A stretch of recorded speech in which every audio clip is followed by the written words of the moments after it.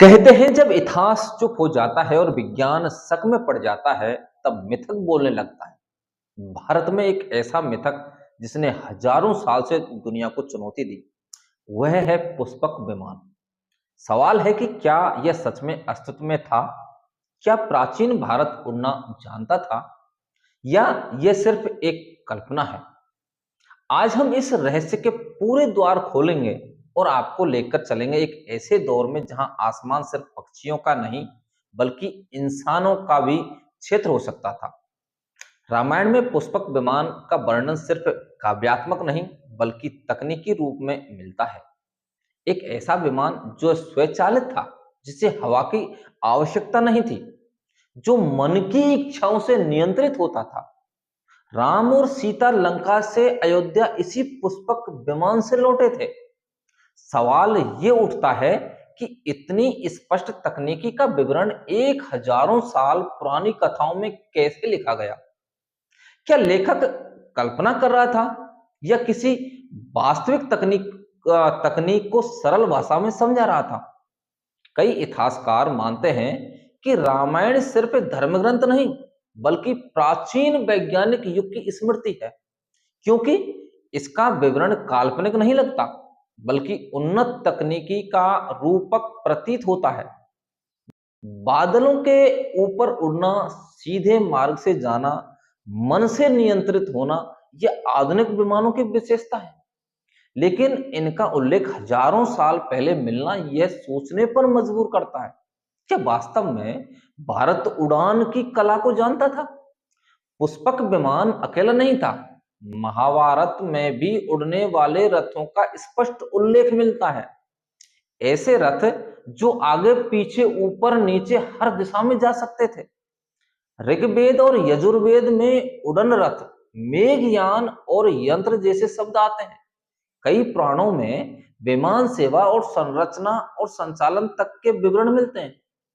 सबसे चौंकाने वाला ग्रंथ है विमानिका शास्त्र, जिसे 1918 में फिर से सामने लाया गया। इसमें मुख्य 4 प्रकार के विमानों और 32 उप विमानों का विस्तृत विवरण मिलता है। विमान की धातु, संरचना, ऊर्जा स्रोत, सुरक्षा उपकरण, नेविगेशन सिस्टम तक लिखा है। यहाँ तक कि गुरुत्वाकर्षण विरोध और अदृश्य होने जैसी तकनीकों का भी उल्लेख मिलता है। पायलट के कपड़े, उड़ान के नियम, हवा शुद्ध करने वाले उपकरण, ये सब आधुनिक विज्ञान तकनीकी से चौंकाने वाली समानता रखते हैं। अब सवाल उठता है कि क्या यह सब सिर्फ कल्पना हो सकती है? आधुनिक विज्ञान यह सब पर मिश्रित राय देता है। एक और विज्ञान कहता है कि पुष्पक विमान जैसे यंत्रों का कोई प्रत्यक्ष भौतिक प्रमाण नहीं मिला, लेकिन विज्ञान यह भी मानता है कि कई प्राचीन सभ्यताओं में उन्नत इंजीनियरिंग मौजूद थी और यह संभव है कि कुछ ज्ञान समय के साथ खो गए हो। इंडस वैली सभ्यता की शहरी योजना, धातु विज्ञान और निर्माण तकनीकी आज भी वैज्ञानिकों को हैरान करती है। तो यह उड़ान जैसी तकनीकी भी मौजूद थी लेकिन वर्तमान तक पहुंच नहीं पाई। दुनिया की अन्य संस्कृतियां भी उड़ने वाली मशीनों का उल्लेख करती है। मिस्र में मंदिरों की दीवारों पर हेलीकॉप्टर जैसी आकृतियां मिली हैं। पेरू की नाजमा लाइन्स ऐसे बनाए गए हैं कि उन्हें समझने के लिए आसमान से देखना पड़ता है, मानो वह किसी उन्नत विमान के लिए संकेत हो। ग्रीक के मिथोलॉजी में डेडलस नाम का पात्र उड़ने वाली मशीन बनाता है।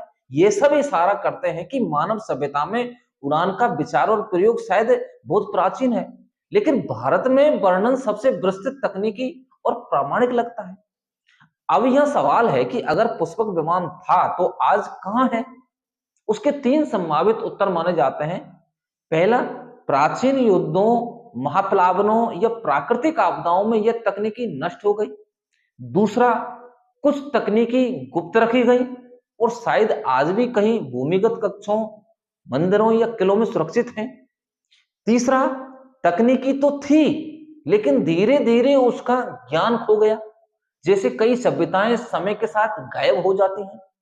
लंका के बारे में कहा जाता है कि उसका महल सोने का था, जिसमें तकनीकी और वास्तुकला दोनों ही अद्भुत थे। श्रीलंका में कई स्थानों पर प्राचीन समतल सतहें मिलती हैं जो आधुनिक रनवे जैसी लगती हैं। क्या यह पुष्पक विमान या अन्य विमानों का आधार स्थल रहा होगा? आखिर में सवाल फिर वही आता है, क्या प्राचीन भारत उड़ना जानता था? इतिहास कहता है यह मिथक है, विज्ञान कहता है संभावना है, लेकिन प्राचीन ग्रंथों का तकनीकी विवरण समान रूप से दुनिया भर की सभ्यताओं में उड़ान का उल्लेख और प्राचीन इंजीनियरिंग की उन्नत समझ, ये सब संकेत देते हैं कि भारत में उड़ान की कला किसी न किसी रूप में अवश्य मौजूद रही होगी।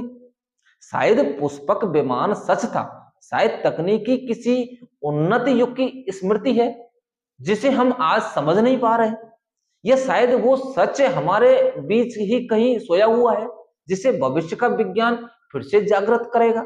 सवाल यह नहीं है कि पुष्पक विमान था या नहीं, सवाल यह है कि क्या हम उस खोई हुई तकनीकी को फिर से पा सकेंगे।